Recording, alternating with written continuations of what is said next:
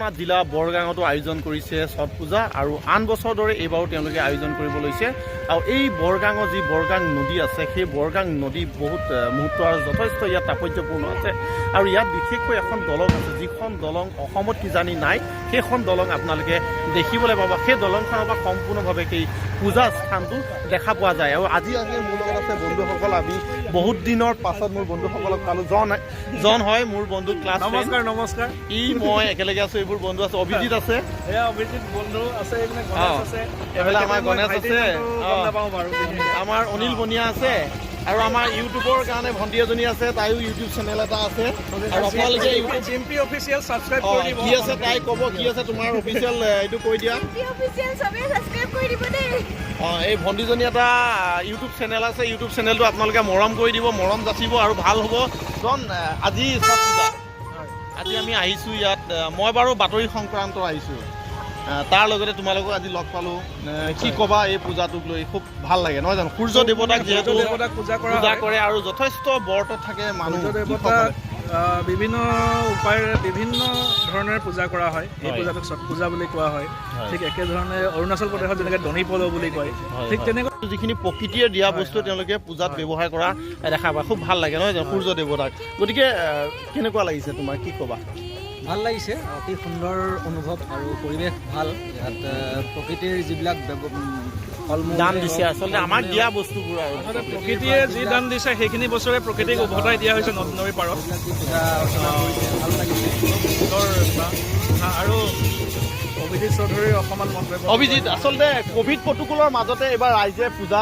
আয়োজন কৰিছে নহয় জানো আৰু গতিকে পূজাটো আমি পাতিবই লাগিব আৰু আমি ভগৱানক আমি অকণমান ঠাই দিবই লাগিব যিমানেই ব্যস্ততা নাথাকোঁ গতিকে সুকীয়াকৈ আমি ভগৱানৰ কাৰণে কিছু ঠাই ৰখাটো আমাৰ খুব প্ৰয়োজন বুলি ভাবোঁ একদম ঠিক কথা এই পূজাটো বিশেষভাৱে প্ৰকৃতিৰ লগত জড়িত প্ৰকৃতিক আমি মানে হিন্দু ধৰ্মৰ বিশ্বাস মতে আমি সকলোতে ভগৱান দেখোঁ সেই হিচাপে আমি এই ছট পূজা বিশেষকৈ সূৰ্য দেৱতা যি কয় সূৰ্য দেৱতাক উপাসনাৰ কাৰণে এই পূজা আৰু এই পূজা যথেষ্ট ভালভাৱে হয় যথেষ্ট ধৰ্মাৱলম্বীৰ প্ৰায় মানুহে আহে ইয়াত পূজা চায় আৰু শৰাই আগবঢ়ায় ভোগ আগবঢ়ায় আৰু আমি এটা বিশ্বাস কৰিছোঁ ভগৱানে যাতে সকলোকে শান্তিয়ে ৰাখক আমাৰ সেইটোৱে কামনা প্ৰতিজন মানুহ যাতে সুস্থ থাকক নহয় জানো কলেজৰ বন্ধু আছিল আৰু দীপ কি ক'বা আজি পূজাৰ বিষয়ে কি ক'ম ভাল লাগিছে বহুত দিন লগ পাইছোঁ সীমান্ত মোৰ বন্ধু হয় জন হাজৰিকা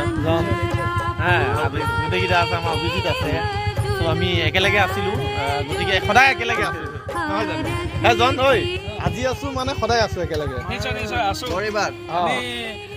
কলেজৰ দিনৰ স্মৃতি এতিয়াও সজীৱ হৈ আছে কণ্টেক্ট পিছত আমাৰ পৰিৱেশ দেখুৱাব আমাৰ সীমান্ত তাই মই গোটেইখিনি আপোনালোকক দেখাম আৰু ভিডিঅ'টো আপোনালোকে শেষলৈকে চাই থাকিব আৰু পৰিৱেশ দেখাব সম্পূৰ্ণ পৰিৱেশ আপোনালোকক দেখুৱাব চেষ্টা কৰিম আৰু যিখন দলঙৰ কথা কৈছিলোঁ যিখন অসমত নাই একমাত্ৰ বৰগাঙত আছে এনে এখন দলং গতিকে সেই দলংখন আপোনালোকক দেখুৱাম আৰু সেই দলংখনৰ ওপৰৰ পৰা সমগ্ৰ যিটো পৰিৱেশ খুব সুন্দৰভাৱে আপোনালোকে চাবলৈ পাব মাথো আপোনালোকে ভিডিঅ'টো চাই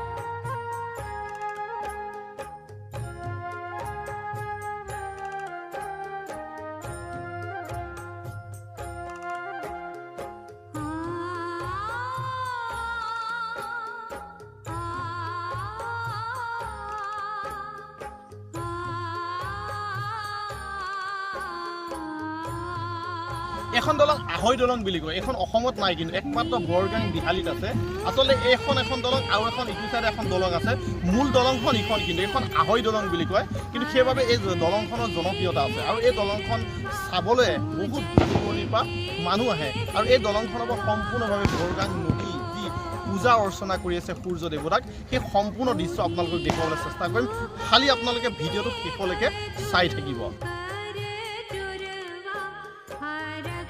দলংখনৰ পৰাই আপোনালোকক দেখুৱাম যি সামগ্ৰিক পৰিৱেশটো এখন হৈছে আহৈ দলং বুলি কয় আহৈ আচলতে এইটো আমি লিখিত যদিও নাই আচলতে ইয়াৰ স্থানীয় লোকসকলে এইটো এটা প্ৰচলিত নাম আচলতে সেই ৰাইজে ইয়াৰ নামটো দিলেহি আৰু যিহেতু আমি লিখিত ৰূপত আমি নাপাওঁ এই দলংখনক গতিকে সেই দলংখনৰ কিছু দৃশ্য আপোনালোকক দেখুৱালোঁ আৰু গোটেই বন্ধুখিনি আমি আহিছোঁ আচলতে আপোনালোকে চাব পূজা খুব গুৰুত্বপূৰ্ণ এইটো এটা পূজা সূৰ্য দেৱতাক যিহেতু পূজা কৰে সূৰ্য দেৱতাক সকলোৱে মানে আচলতে অকল ভোজপুৰী সমাজেই নহয় ইয়াতে আচলতে হিন্দু ধৰ্মাৱলম্বী লোকসকলে প্ৰতিটো জনগোষ্ঠী জাতিয়ে এই পূজাটো পালন কৰে বুলি আমি জানিব পাৰিছোঁ। আৰু সেই কথাখিনিও আপোনালোকক দেখুৱাবলৈ চেষ্টা কৰিম। আৰু ইয়াৰ যিটো দলংখনৰ ওপৰৰ পৰা বৰগাং নদী আপোনালোকে চাওক।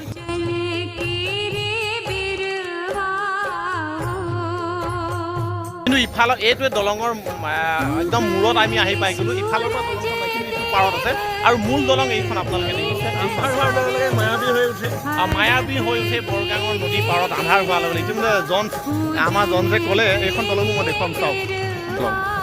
সেইখন হৈছে এইখন দলং হৈছে আমাৰ মূল দলংখন। এইটো 15 নং ৰাষ্ট্ৰীয় ঘাইপথ, কিন্তু এইখন হৈছে আহৈ দলং বুলি কয়।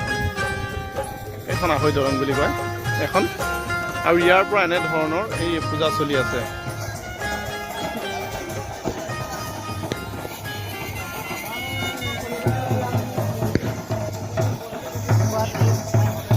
আপোনালোকে দেখুৱাবলৈ চেষ্টা কৰিম। আৰু তললৈ আমি যাম এতিয়া পূজা কেনেধৰণৰ কৰিছে তেওঁলোকে, সেই পূজাসমূহ দেখুৱাবলৈ চেষ্টা কৰিম। চাওঁ আহক।